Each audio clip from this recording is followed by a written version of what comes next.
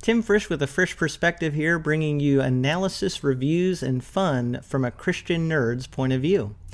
And today I'm going to continue talking about a subject I started last time, the New American Standard Bible update, the 2020 NASB. And I talked last time about some of the controversies surrounding that, the mixed reactions that people have about it. Some are very positive and excited, some have concerns. I do want to say right off the bat that I'm really impressed with some of the promotion that I see for the NASB 2020. I mean, this is amazing promo they have. But seriously, as I look at the NASB 2020, as I mentioned in the last video, I can understand people's concerns, but what I want to talk about today is kind of the other side of the coin, that while I can understand the concerns people have, is it necessarily to bring out the pitchforks and to really go against the NASB 2020 so hard? I know some people have concerns, and that's why I did the last video. But in this video, I would really like to make the point that I think we could overreact to, and that maybe we don't need to be quite so hard on this update. And at the end of the video, I will talk about some reasons why. But I wanted to start with an example that I thought would be really interesting to look at, to compare the evolution or the way that the NASB has changed over the years.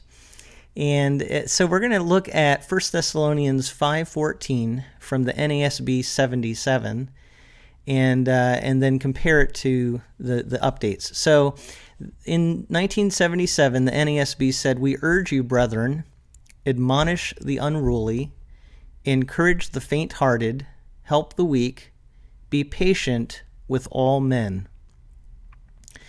So that is how the NASB originally read. Now we get to the 1995 update, and this is the update a lot of people really like. And see if you can catch a difference here. "We urge you, brethren, admonish the unruly, encourage the faint-hearted, help the weak, be patient with everyone." So did you catch the difference there? The difference is between, at the end of the verse, all men, was updated in 1995 to be everyone. That's really interesting because you can kind of see right there an example of a trend toward what we would call gender-accurate language in 1995 in that update. Now, there are some important things to note here. The first is that in the 1977 edition, men is actually, it ought to be in italics by the standards of how the NASB is done, because in the original language, as I understand it, it doesn't actually use the word men, it's just the word all. So the most literal translation would actually be patient with all. But to clarify, and this was even true in the King James Version, they put men to show that it's talking about people. Now in the 1995 update, they changed men to everyone. So it's not really a case of taking the original language and changing it. Really, they're taking something that technically wasn't even in the original, and then clarified by saying it's not men, it's everyone, right? It's not just talking about males, it's talking about men and women. So that was in 1995, and already you could see they're trying to make it, more gender accurate there. But then we get to the NASB 2020 and see if you can see the difference between this and the 1995 edition. "We urge you, brothers and sisters, admonish the unruly, encourage the faint-hearted, help the weak, be patient with everyone."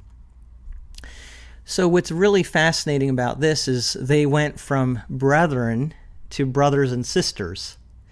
Now, it needs to be noted, first of all, that brethren is kind of an archaic word. It's not even a word outside of the Bible that you hear much anymore.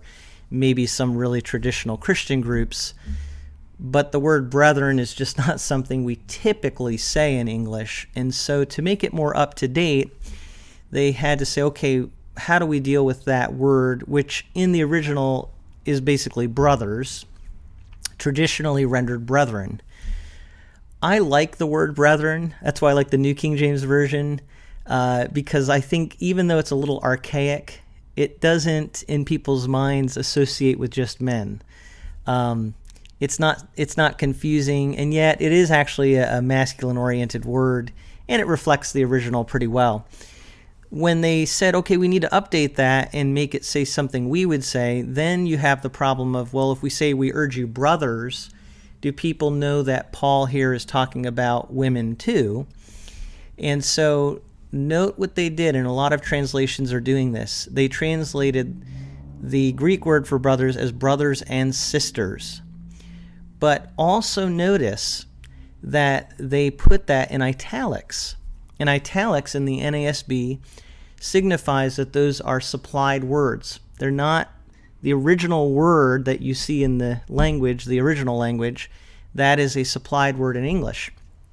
So it actually maintains that idea of the literal translation approach, that the literal word there is brothers, but for clarification's sake, in English, we're going to add and sisters. And that's very clear by their use of italics. So I think in some ways that's just a really good way to approach this. Although I know a lot of people disagree, especially again if they are used to the more literal renderings of past editions of the NASB. So with that being said, as just kind of a background example, I think it kind of shows you about how we can look at these things, and we hear words like gender inclusive. We think about people that are trying to be accommodating to cultural trends, and we can react because we do see translations that are less literal and that are really going overboard maybe with gender language. And so we can definitely react strongly. But I really think the NASB isn't taking an extreme approach. And I understand some people are going to still want to stick with the 95 edition. That's fine. But I feel like we shouldn't necessarily bring out the pitchforks and have a big mob mentality against the NASB 2020. And so I just want to give you a few reasons here why I think we could be a little bit more gracious in our response. And the first thing to remember is that they are planning to keep the 1995 edition in print. So that's good news. And I mentioned that in the last video. So if you really like the 95 edition, you don't have to worry about it suddenly disappearing. Now, I understand someday maybe it will disappear, and I get that. And I also understand that a lot of churches are going to adapt the 2020 edition, and then the 1995 is going to become more obsolete. So there are some concerns there. But the fact that they're going to continue to print it is good news if you really like that particular edition. Another reason you shouldn't overreact is because they are using italics. They're continuing to use that in this 2020 edition. And that's really good news because of examples like the one I just showed you. That even if they are going to try to be more understandable to English speakers today by saying brothers and sisters in that example, they put and sisters in italics to signify to people that's not literally what the original language says. So that's good, and I think it still reflects what the NASB always did.